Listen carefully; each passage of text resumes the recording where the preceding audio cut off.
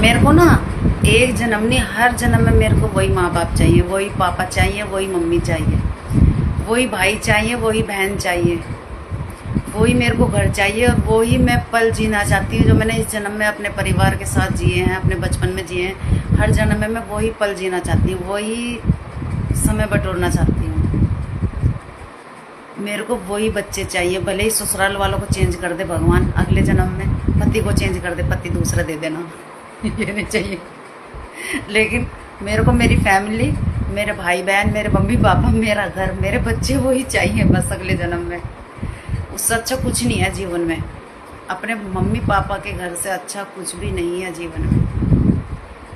बहुत सुकून होता है वहाँ पर, मतलब कुछ भी फरमाइश से पहले मिल जाता है। यहाँ पर बोलते रहो, कहते रहो, ठीक है मिल जाएगा, हो जाएगा,